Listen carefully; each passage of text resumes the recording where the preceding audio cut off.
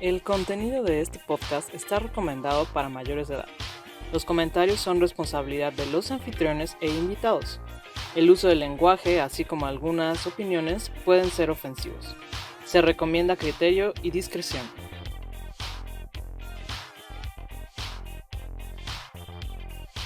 Salud, amigos. Salud. Bienvenidos. Salud, Salud. salud, salud. Queridísimo Héctor, salud. Bienvenidos a un capítulo más de Actividad del Podcast en un viernes caluroso. No sé cómo esté, menos aquí en la Ciudad de México se siente un calor que es seguramente algún nivel del infierno de Dante. Pero bueno, vamos a concentrarnos en las cosas positivas. ¿Cómo están, amigos? Pues aquí muy bien, igual aquí pues los dos que andamos en Cuerna, pues aquí igual hace un calor infernal, no sé si 1 o 2 niveles abajo de ese infierno de Dante que es la Ciudad de México, probablemente sí, pero bueno, ya estamos aquí bien armados y pues contentos de estar aquí. Y el día de bueno, pues tenemos aquí a nuestro amiguísimo Cristian Carlos, que bueno, que es mejor conocido para los cuates y en general como Chari. Chari, ¿cómo estás? ¿Qué tal tu día? Pues como le comentaba hace ratito a Héctor, yo creo que estoy un nivel arriba de los infiernos, ¿no? Porque aquí en el norte de Cuerna no hace calor, de hecho por eso traigo chamarra, ¿no? Y pues aquí estamos, una chelita que les decía que sabe a viernes y que sabe a vacaciones, ya por fin. Para Por muchos, bueno, supuesto para que sí. muchos, para algunos otros no tanto. Sí, por supuesto que sí. Digo, al menos para los que damos clase, descansamos una semana de nuestros estudiantes, ¿no? Una semanita. Más o menos. Más o Entre menos. comillas. Mira, pues yo subí el meme de profe, no existes, yo estoy de vacaciones, no sé nada, ¿no? Entonces, así yo ando, pues a ver, vamos a ver cuánto me dura el gusto. Esperemos que al menos una semana, al menos una semana. Así Yo es. les deseo que sí, que no le estén dando lata, tengan problema alguno. Suena A ver. medio utópico, pero sí. No queda más que esperar lo mejor siempre. Así es. Muy bien. Y, Pues cuéntanos para empezar ya de lleno con la entrevista, ¿qué carrera y qué posgrado estudiaste?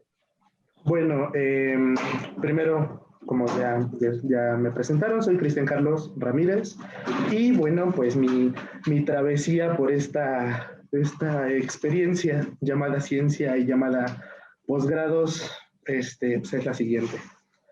Desde que yo estaba más o menos en la secundaria, primero de secundaria, de hecho, que es cuando nos dan la materia de biología, yo recuerdo muy bien una clase en donde nos llevaron por primera vez al laboratorio.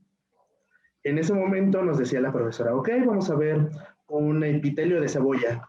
¿Qué es un epitelio? Sepa, ¿no? Un epitelio de cebolla, pintado. En el momento en el que agarro el microscopio y observo el epitelio y las células y todo esto, dije, ya, de aquí soy. O sea, yo recuerdo eso. Desde la secundaria yo recuerdo que dije, de aquí soy.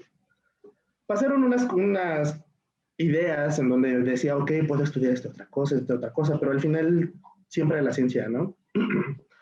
Termino la secundaria y entro al bachillerato, que es lo que yo estudié. Y en el bachillerato conocí a una de las profesoras que más les agradezco en el planeta. Y es una de mis inspiraciones, ¿no? Al final de cuentas, muchas de las personas de las que nos dedicamos a la enseñanza, tenemos como por ahí una que otra joyita que nos dio como la chispita, ¿no? Y entre ellos, pues estuvo la profesora Mercedes Popoca, donde sea que esté, porque sé que todavía está por ahí, le mando un enorme abrazo, ¿no? Total, pues me enamoré de la biología. Cuando ya iba terminando bachilleres, yo me lancé y le dije, yo quiero participar en lo que sea, pero que sea de biología. No, pues que hay una olimpiada, ahí va. No, pues que hay una olimpiada en tal lugar, ahí va, ¿no? También. Nos quedamos al final de clases, al final de todos los días, a la 1:30 salíamos, nos quedamos al final y pues a estudiarle, ¿no? Un rato. Me encantaba. Cuando terminó el bachillerato, pues la pregunta es, pues, ¿qué voy a estudiar, no? Y por ahí entraba la mañita, la espinita del, pues soy bueno en el área de la ciencia, en el área de las biológicas. ¿Qué es lo que siempre recibía? Pues estudié medicina, ¿no? Estudié medicina, vete para medicina. Y pues obviamente en algún momento sí pues, lo llegué a pensar, ¿no? Pero no era lo mío. Yo siempre llegué a pensar así como las personas que estudian medicina, mis respetos, pero ellas se encargan del estudio, sí, del sistema y del funcionamiento del cuerpo humano para evitar la muerte. Entonces, para mí siempre los médicos los he considerado como los que estudian la muerte, las personas que estudian las causas de muerte para poder evitarlas, ¿no? Para poder tratar de hacer todas estas cosas. Pero no.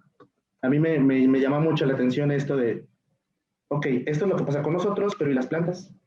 ¿Y afuera? ¿Y lo demás? Y así, ¿no? Y yo era, desde chiquito, siempre fui la persona que, ¿y mi mamá por qué esto? ¿No? ¿Y mamá por qué aquello? Y así, total. Termino el bachillerato y decido, pues, estudiar biología. Me meto a la licenciatura en biología de la Facultad de Ciencias Biológicas aquí en el estado de Morelos. Y pues siempre es el nervio, ¿no? Pues no, que sí quedo, no, que no quedas, no, que no. Yo recuerdo que cuando vi mi numerito en la aceptación, no me importaba si había X personas o sea, tratando de entrar a la carrera. No. O sea, en el momento que yo vi, dije, ya estoy en biología. Dije, ya, algo va a pasar. Y bueno, pues ya me metí a la licenciatura.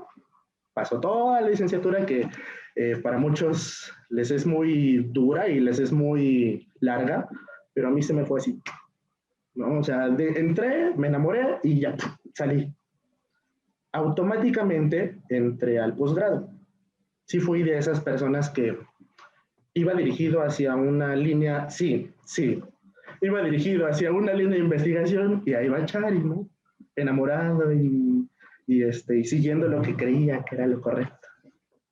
Entonces terminó la licenciatura haciendo un proyecto relacionado con la inmunología de nuestro cuerpo. Parte de mi formación especializada, por así decirlo, es la inmunología. Entonces, yo me dediqué durante varios años, a la investigación de enfermedades metabólicas. Diabetes, hipertensión arterial, principalmente hipertensión arterial, diabetes, obesidad, un poquito de artritis reumatoide, enfermedades que afectan a la población enferma crónica, enfermedades no transmisibles. ¿Okay? Entonces, pues, de eso trató mi proyecto de licenciatura. Yo me enamoré porque uno de los objetivos era tratar de arreglar problemas que tenemos en la actualidad. En la actualidad, uno de los mayores problemas relacionados a este tipo de personas enfermas es la polifarmacia. Sabemos que una persona, y todo el mundo, ¿no? En mis clases, porque ahorita yo me dedico a la docencia, desde hace unos cuantos años también ya estoy dedicándome a la docencia, una de las cosas que siempre le pregunto a mis alumnos cuando vemos estos temas es, levante la mano, ¿quién tiene un familiar diabético? Todos. Levante la mano, ¿quién tiene un familiar hipertenso? Todos, ¿no? O por lo menos un 90%. Un familiar obeso, todos, ¿no? Y bueno, sí. De esa manera me doy cuenta que pues, tenemos un problema. Bueno, desde que iba saliendo, bueno, de esto viene desde pequeño, ¿no? Porque como todo mundo tenemos relación con personas en nuestra familia que están enfermas de eso, pues creo que fue mi motivación, parte de. Total, resulta que puedo entrar a un laboratorio de investigación en donde se hace trabajo con fitoquímica. La fitoquímica es una rama de la química, obviamente, que estudia la composición química de las plantas, las moléculas que contienen las plantas, y sabemos que aquí en México, bueno, vaya, México es uno de los países que, como todos los biólogos dicen, ¿no? Por ahí, ¿no? Uno de los países más megadiversos del mundo, sí, es cliché, y entre ellos las plantas medicinales.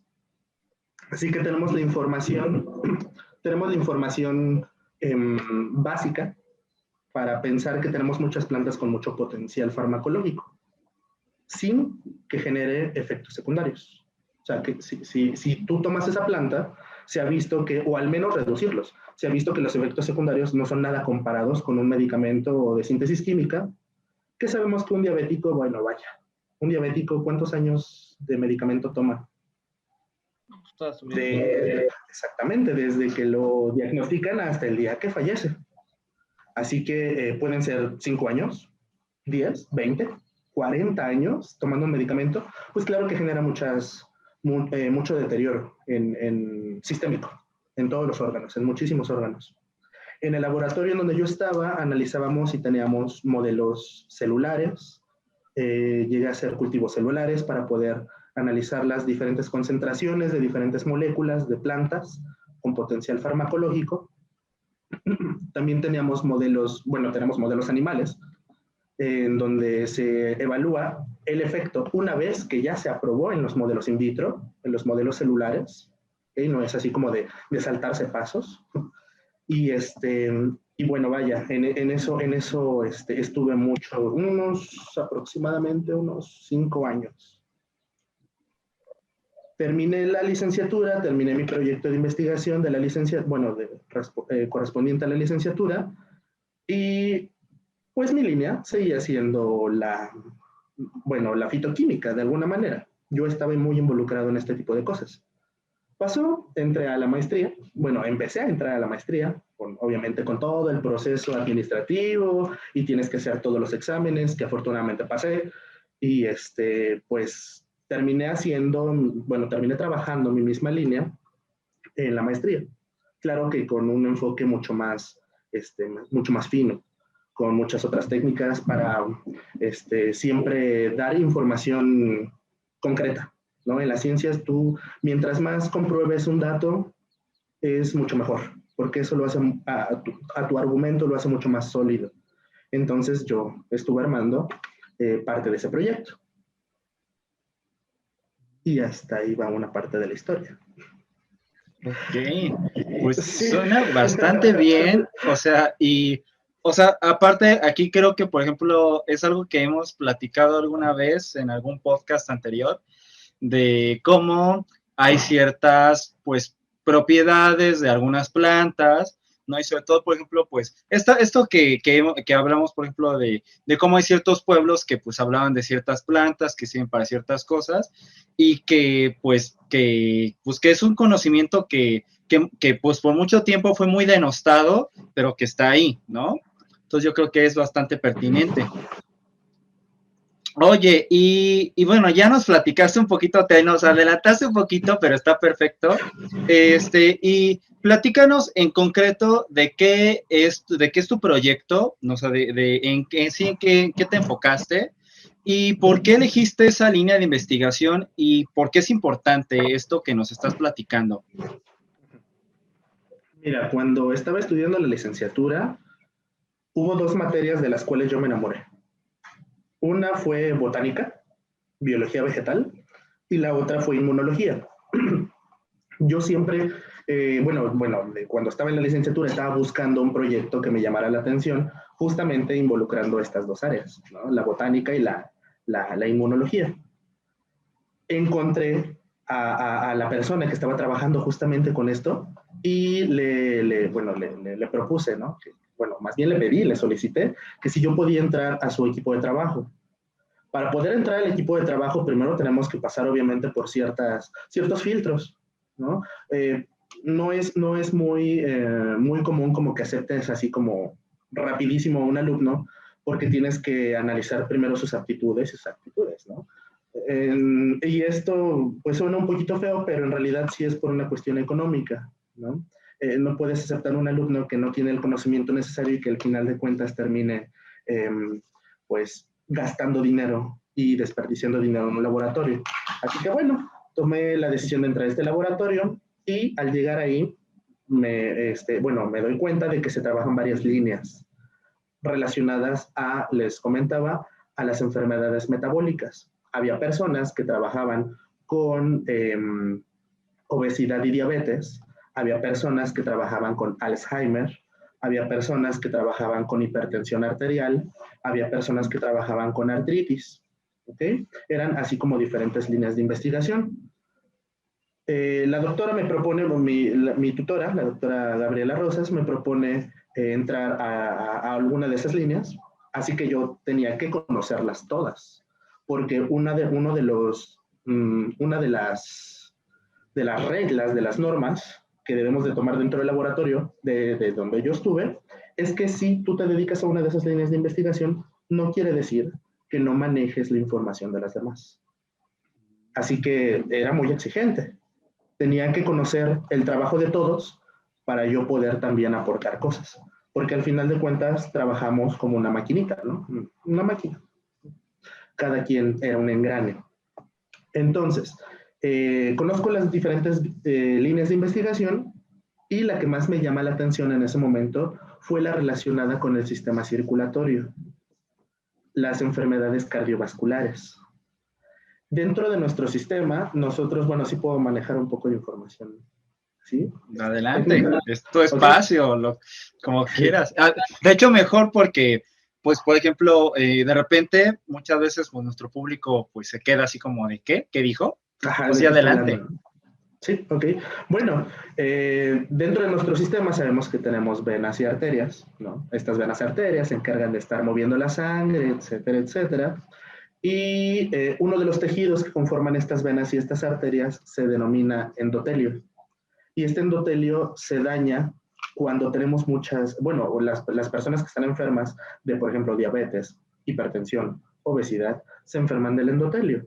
Este endotelio se encarga de regular la presión arterial. Así que si una persona se enferma de este tejido, probablemente va a tener problemas. Bueno, como yo les comentaba que tengo familia que está enferma de diabetes, de hipertensión y todo esto, claro que me llama la atención con justamente ese afán, ¿no? De poder entender qué es lo que está ocurriendo. Es una de las cosas que nos preguntamos y a veces la duda, bueno, al menos a mí, la duda en este tipo de cosas me carcome, ¿no? Quiero saber qué es lo que está ocurriendo para poder hacer algo. Así que bueno, me meto a la línea de investigación relacionada a enfermedades cardiovasculares y es por ahí por donde yo me voy. Mi proyecto como tal fue investigar las propiedades encontradas en la raíz de una plantita que queremos mucho aquí en México, que es el chayote. ¿Okay? Su nombre científico, Sequium edule. Entonces, resulta que antes de mí ya había habido otras personas que trabajaban con esta planta.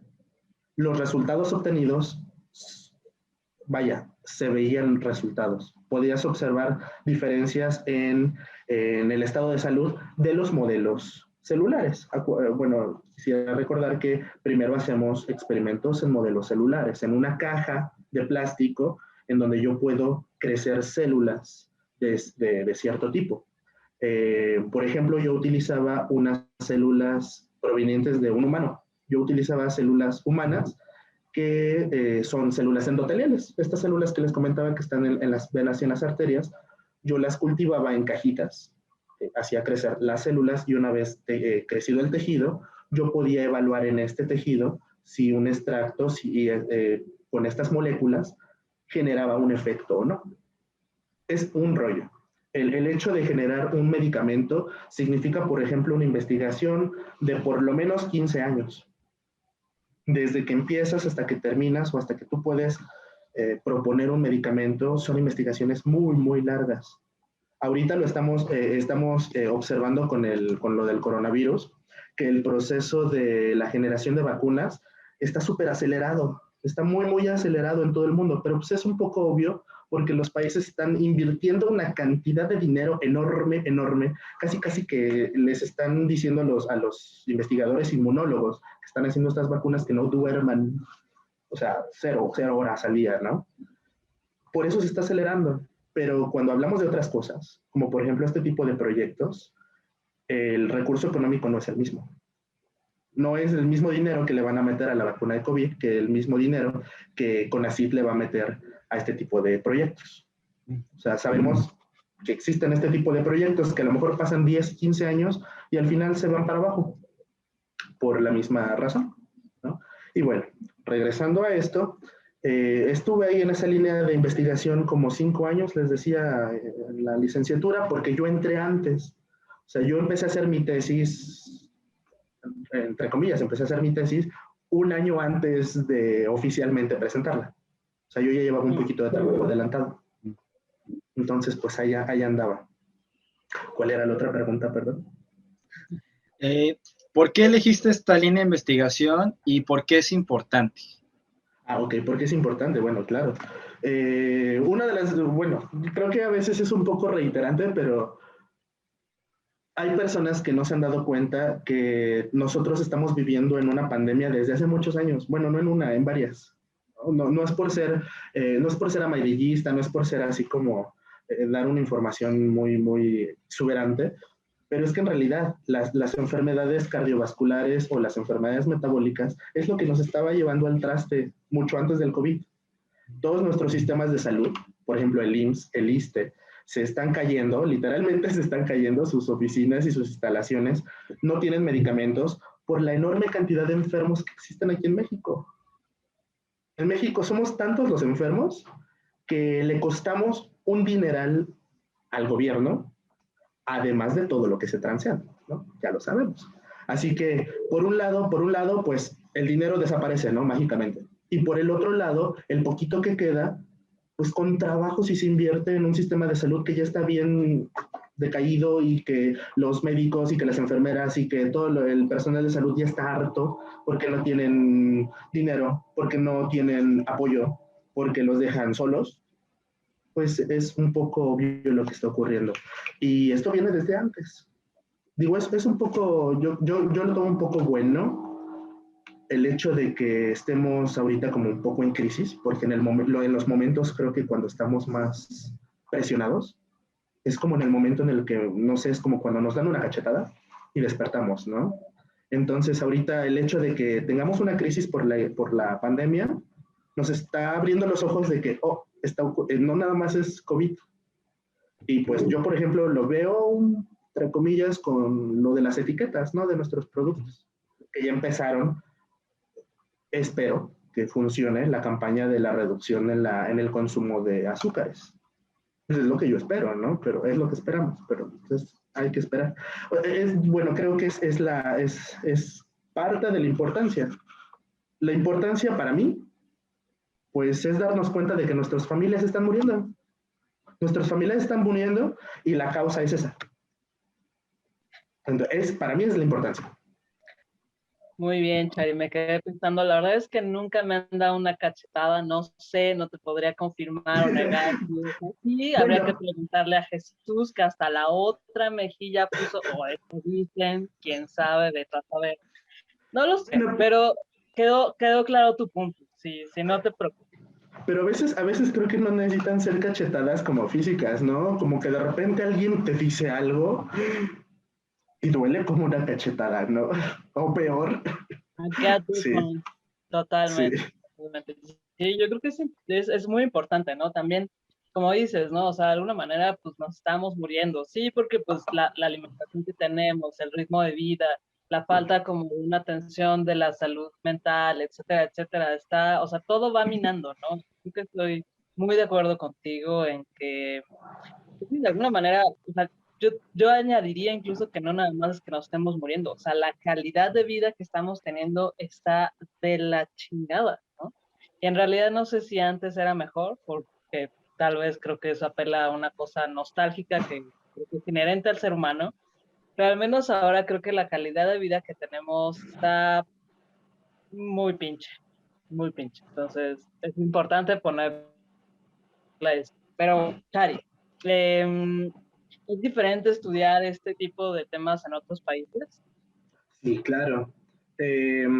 Bueno, en mi experiencia personal, en el laboratorio en donde nos encontramos, la principal diferencia, creo, es el recurso económico.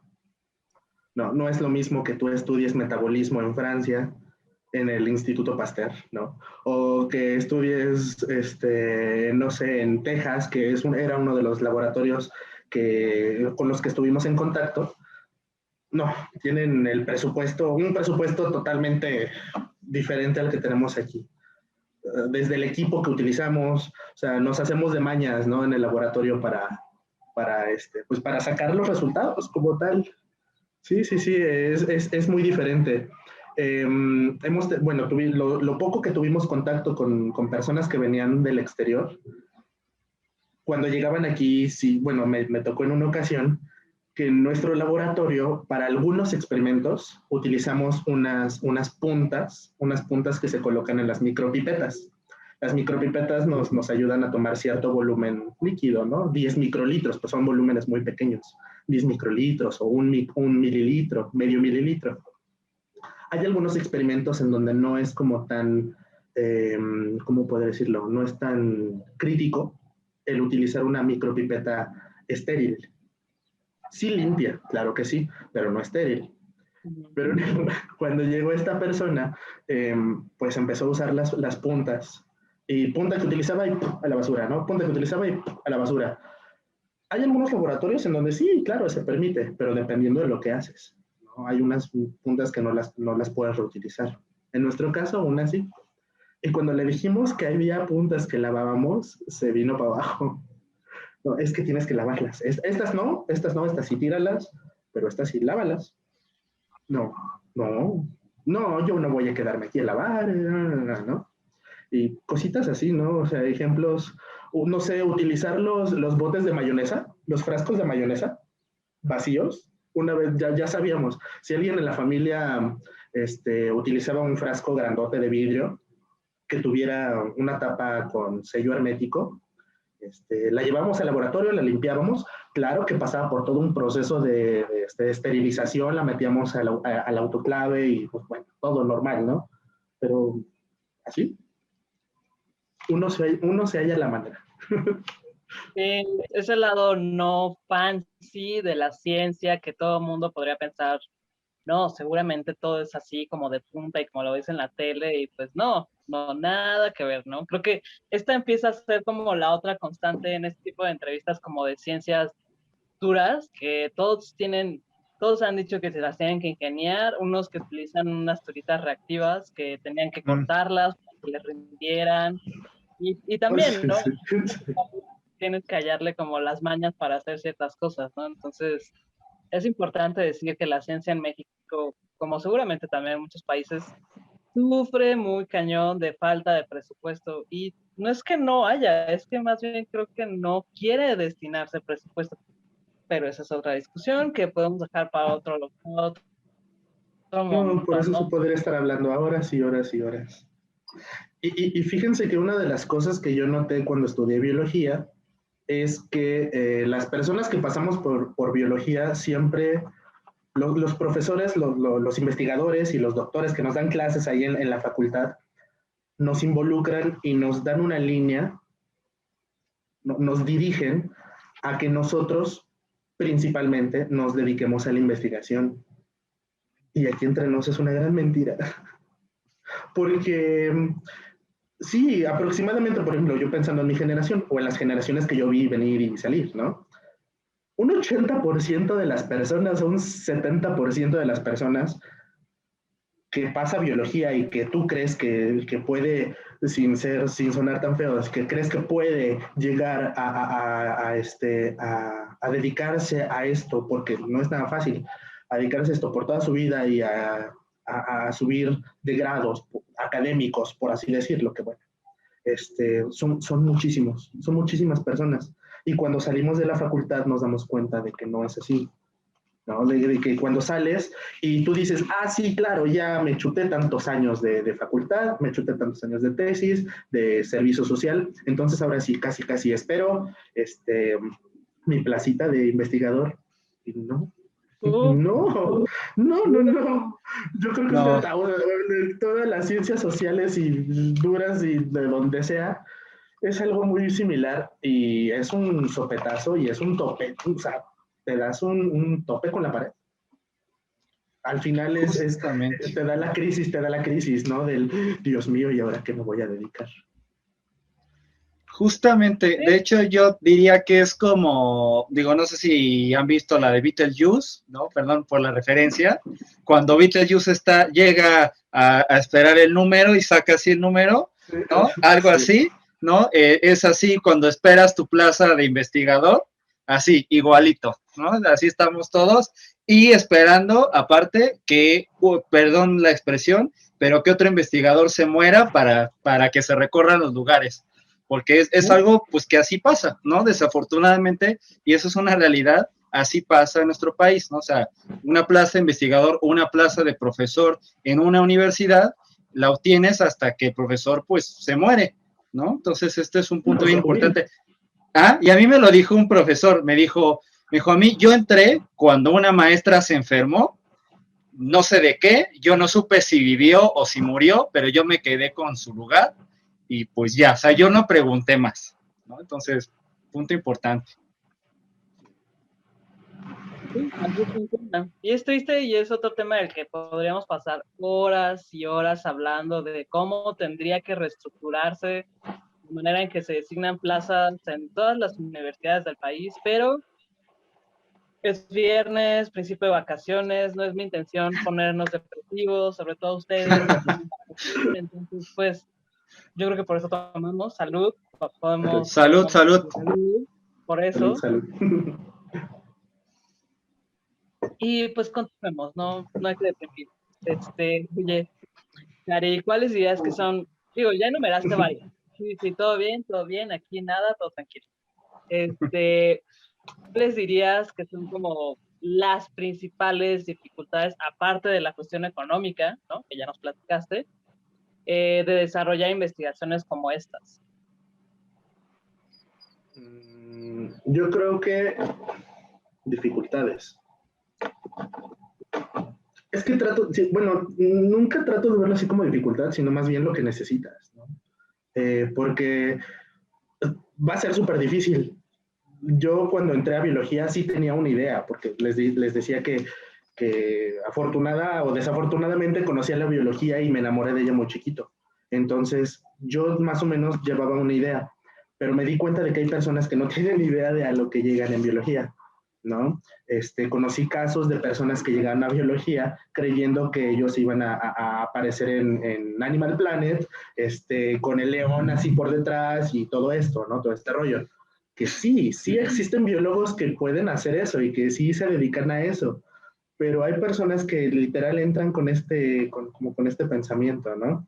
Eh, yo creo que de lo difícil también es mantenerse, porque bueno, una de las cosas de las que nos enojamos, ¿no? Cuando estamos en la licenciatura, es que dicen algunas personas, sí, los biólogos nada más estudian plantitas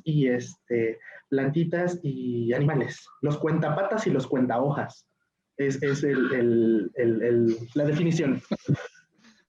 Pero resulta que cuando llegas a biología llevas química 2, llevas fisicoquímica, llevas fisicoquímica de macromoléculas, llevas bioquímica 1, bioquímica 2, llevas biología molecular avanzada. Es algo que a veces las personas no lo esperan. No lo esperan y la verdad sí se queda en las nubes, ¿no? Claro que hay dos líneas, ¿no? Hay personas que se dedican a la investigación como más en laboratorio, el famoso biólogo de bata, el biólogo de bata y el biólogo de bota, ¿no? El biólogo de bota es el que se dedica al campo. Entonces, también es dependiendo del área a la que vayas. Si tú eres una persona que le encanta la biología, pero le da miedo salir al bosque o le da miedo o no le agradan los espacios abiertos, no te puedes dedicar a eso. Y viceversa, ¿no? Y viceversa. Hay personas que no pueden estar encerradas en un laboratorio un día porque ya están enojadas, ¿no? Y así, o sea, son de las cosas que vas encontrando y de las cosas que más me gustaba, porque como es tan variado, cuando tú entras, encuentras la persona súper pandrosa, así bien cliché del biólogo que se va a dedicar a la investigación de hongos alucinógenos, y hay personas que sí la arman y muy chido. Y también te encuentras a las personas que vienen todos los días con no sé, con tacones y con falda y con saco, ¿no? Entonces, y también O sea, es muy variado, es muy, muy variado. Y a la vez es muy difícil por lo mismo. Al menos aquí en Morelos, en la licenciatura de Morelos, nos dan una embarradita de todo. Cuando yo cursé la licenciatura, yo sí pude elegir mi plan de estudios. Bueno, no mi plan de estudios, más bien yo pude elegir mis materias. Entré en un plan de estudios flexible, en donde a mí me permitían elegir mis horarios y los doctores con los que tomaba clase. Hoy me parece que ya no, bueno, en la actualidad me parece que ya no es así, ya es un plan rígido, ya les colocan las materias y el eje como tal. Otra de las cosas difíciles pues, es la titulación. Hay personas que pues, empiezan y nunca acaban, ¿no? Y ahí se quedan. Y pues son de las cosas que creo que más veo en dificultad. Pues de hecho, o sea, digo, de lo que mencionas de los que están ahí y no saben por qué están ahí, creo que es un fenómeno que se da en prácticamente todas las carreras. O sea, bueno, yo voy a hablar de mi experiencia. Por ejemplo, en mi carrera hay que es comunicación, ¿no? Mucha gente cree que es para salir en la tele o para salir en el radio o qué sé yo, cosas es lo más básico. Y me parece, no sé, que me imagino que en sociología, Katia, seguramente ha de haber gente que dice que le gusta socializar, no sé. Cuéntanos tu peor experiencia en ese ámbito. Pues sí, o sea, hay de todo, ¿no? Creo que uno de los principales estigmas y prejuicios como sociólogos es que seguramente eres hippie, ¿no? Y entonces es como, y seguramente la vas a pasar en las marchas y en la pura grilla y cosas así, ¿no? Así como líder sindical, ya sabes, ¿no? Muy, muy parecido como en cuanto al estigma, digamos, de aspecto físico con los biólogos, ¿no? Que así, puro güey pandroso, pura morra con rastas en la cabeza, ya sabes, ¿no? Pero sí, claro, o sea, también ya que hasta la carrera y de todo, ¿no? Yo creo que todos tenemos como este tipo de prejuicios de, de gente que piensa que pues todos somos iguales y hasta que entras ya te das cuenta que no. Pues sí, también librábamos varios muy interesantes, pero bueno, creo que al final pocos son los que terminan siendo realmente de acuerdo a esos estigmas. Sí, yo creo que sí.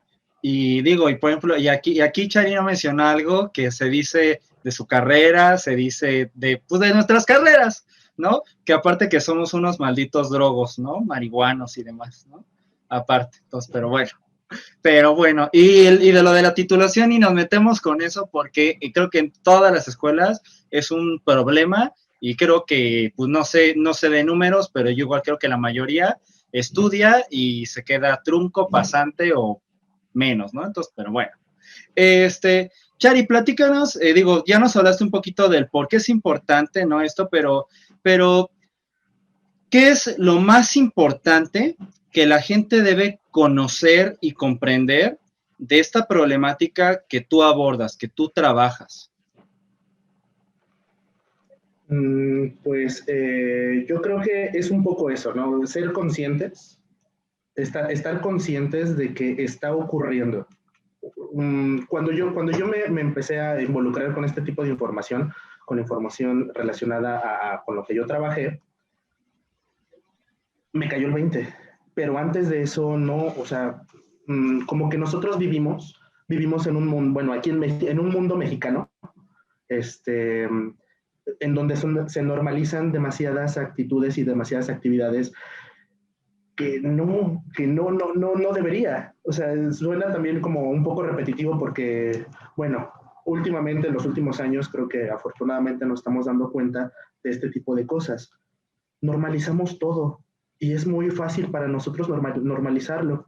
Hay una anécdota, no sé si la conozcan, que es la anécdota de la rana hervida. No sé si la conozcan. ¿Sí? Sí, pero platícala. Se relaciona al cambio climático, pero lo podemos aplicar para muchas cosas. Este es el caso de una rana en donde tú tomas, bueno, más bien, este es en el caso en donde tú tomas una rana, ¿ok? Y la colocas en una cacerola con agua. Ya. Y la colocas sobre un poco de fuego lento y empiezas a elevar la temperatura poco a poco y la rana no va a percibir tan drásticamente el cambio de temperatura, se va adaptando a él. se va adaptando tanto ese cambio que pues al final de cuentas termina muerta, porque ya cuando se da cuenta es tanta la temperatura del agua en la que se encuentra sumergida que ya no logra salir. Y no es muy diferente a poner una rana así como en agua súper caliente, ¿no? Es el shock. El shock no lo vivimos, o sea, como tal no lo vivimos drásticamente. Entonces lo que estamos haciendo es ir normalizando poco a poco lo que nos han enseñado desde hace muchos años. Pues yo me acuerdo que sí, mi abuela desde chiquito nos decía, ¿no? Come, y cuando vayas y come, y así, y no importa qué es lo que comas, porque hay comida, y cuando hay comida, atáscate, ¿no? Casi, casi. Y es una cultura que pues, nos ha traído desde muchos años. Hay cosas que nos han marcado como civilización aquí en México, como por ejemplo eso. O sea, yo sí me pongo a pensar todo el sufrimiento y todo lo que tenían que pasar las familias en algún momento, después de toda la problemática política por la que ha pasado México, darle de comer a un hijo, ¿no? O sea, tienes que darle de comer a tu hijo, sea lo que sea, saludable o no saludable. Afortunadamente creo que ahorita ya vivimos en un ratito, en un momento en donde podemos disponer, o muchos de nosotros afortunadamente podemos elegir los alimentos que comemos. Pero como traemos ese chip, no lo hacemos. Y ya lo normalizamos y para nosotros pues está bien, ¿no? Lo que no está bien es darnos cuenta cuando ya estamos en el hospital y nos acaban de decir que al papá le acaba de dar un infarto. Y ahí es cuando nos damos cuenta, ¿no? Cuando percibimos el shock. Eso es lo que me gustaría pues que las personas se dieran cuenta, ¿no? ¿Podemos evitarlo? Sí, sí podemos evitarlo y sí es bien difícil, la neta, sí es bien difícil. O sea, lo tenemos tan internalizado que nos vale, ¿no? A veces no lo pensamos, pero ya cuando estamos ahí, tómala. Es otro tope contra la pared y feo. Y es eso, ¿no? O sea, que la gente sea consciente, que al menos sea consciente. Ok, está pasando esto, pero al menos sé lo que está pasando. Ya si decides hacerlo, si sigues haciéndolo, ya va a ser tu decisión, pero al menos está consciente. Y es algo de lo que las personas no están conscientes.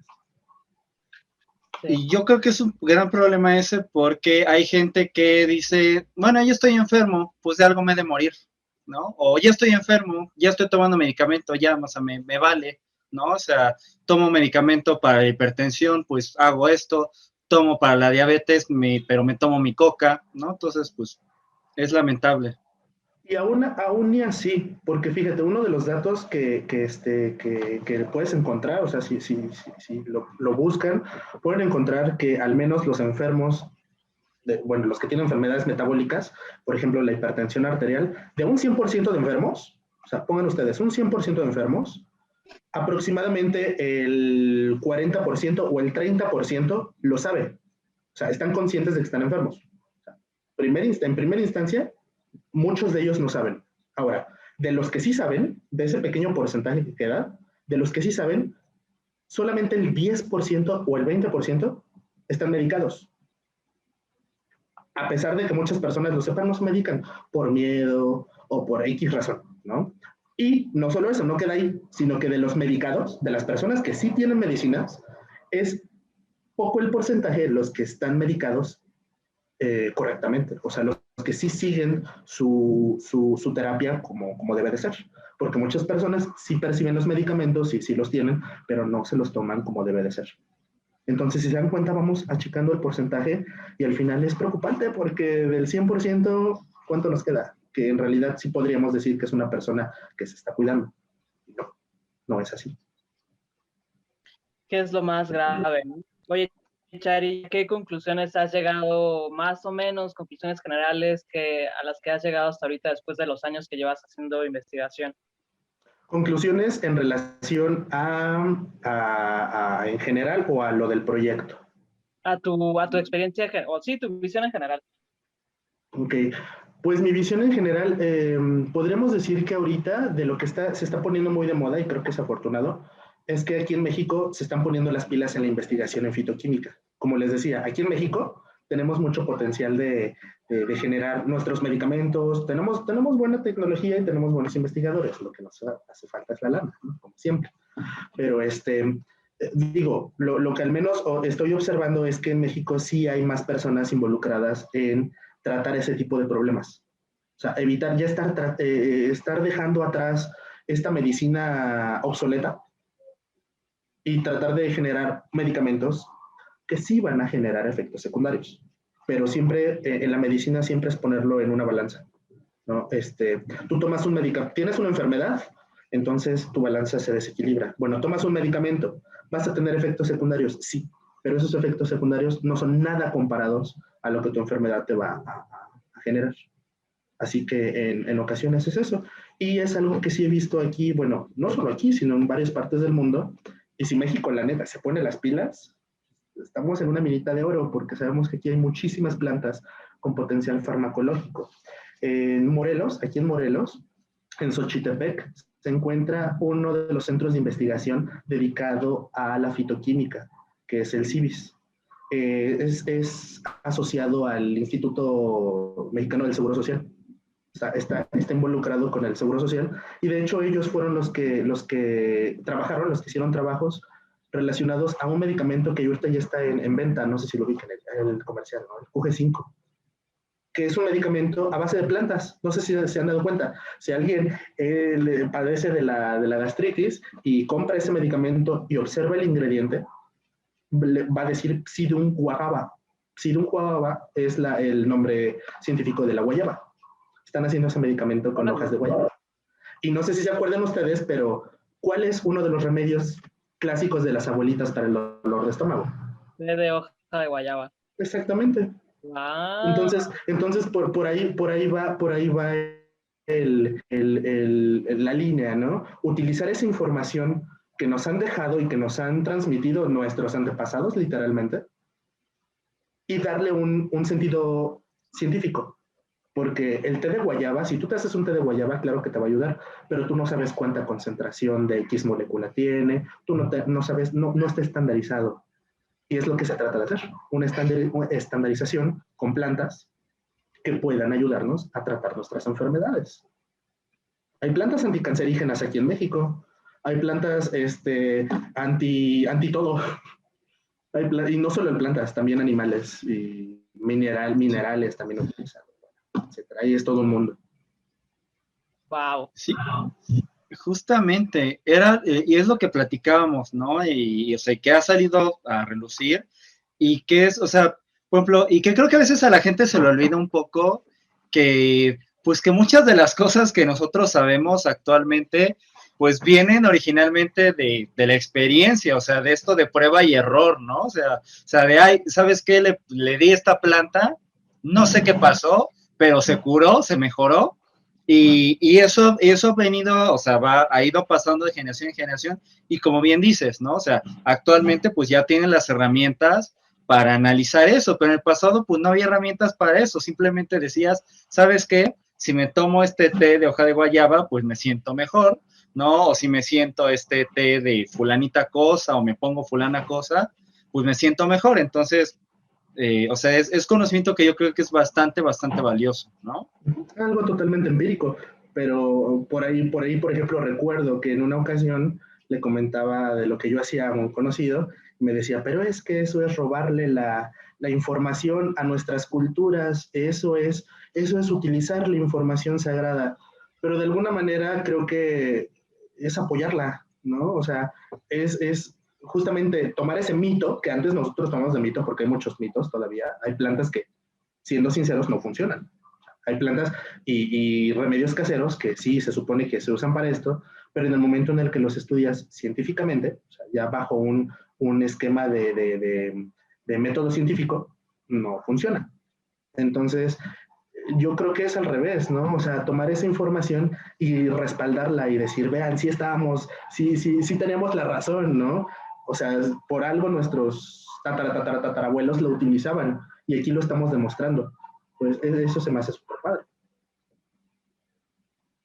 Sí, yo también estoy de acuerdo. Me he topado con estos comentarios como el que te hacían y me parecen una pendejez total. Pero bueno, oye, Chari, ¿qué dirías que se necesita para dedicarse a estudiar los temas que tú llevas?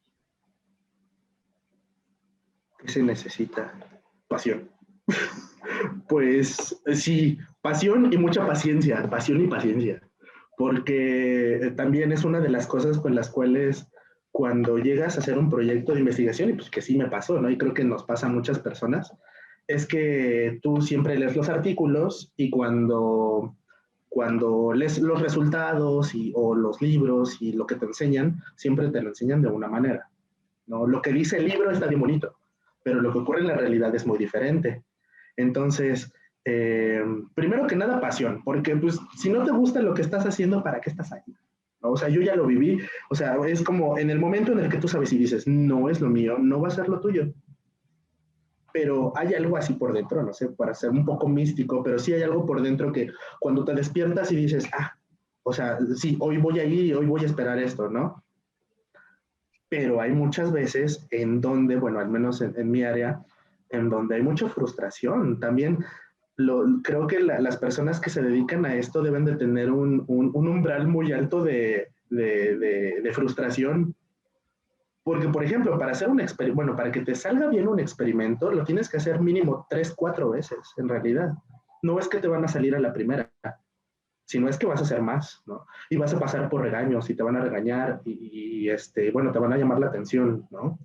Pues es parte de, ¿no? Ir conociendo y haciéndote, sí, haciéndote callo de alguna manera en las cosas que vas haciendo. Porque, otra vez, llegando al laboratorio, te das cuenta de que tú vas a hacer las cosas solo.